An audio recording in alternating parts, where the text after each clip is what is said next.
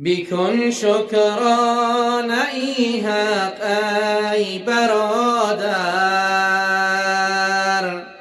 تو را بخشیده است نعمت سراسر. بیکن شکرانه ای حق ای برادر، تو را بخشیده است نعمت سراسر.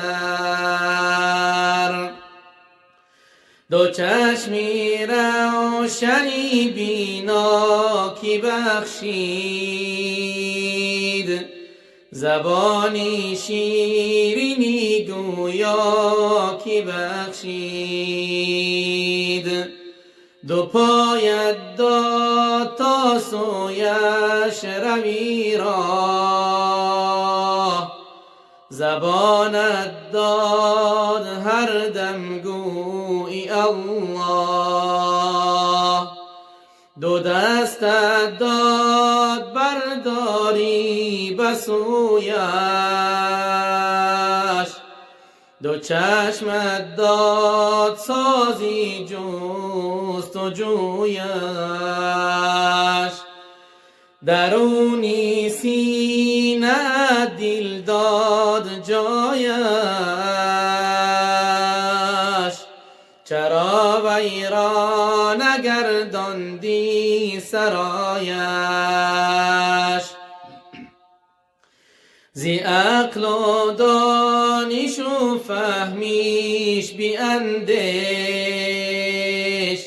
نظر کن بر وجودی قیمتی خویش.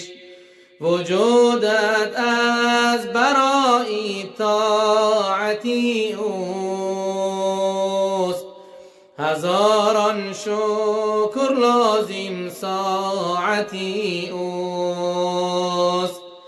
همه عالم برایت کرد پیدا، به خدمت جمله را گردان شیدا. چرا شکرانه ای حق را نداری، نمی ترسی که می میری بخاری.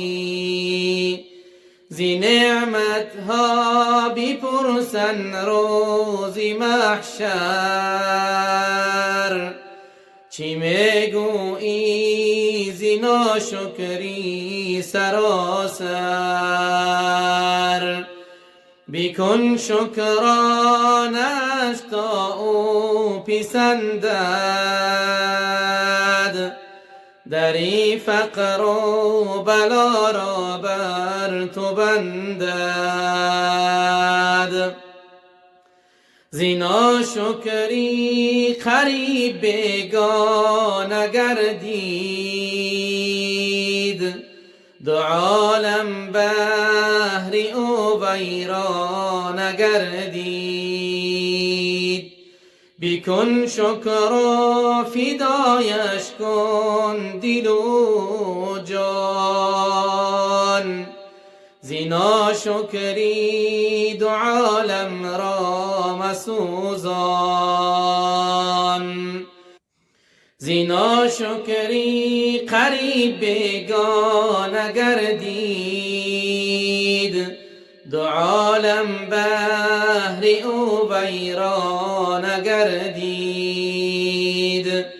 بیکن شکر و فدایش کن دل و جان، زی ناشکری دو عالم را مسوزان.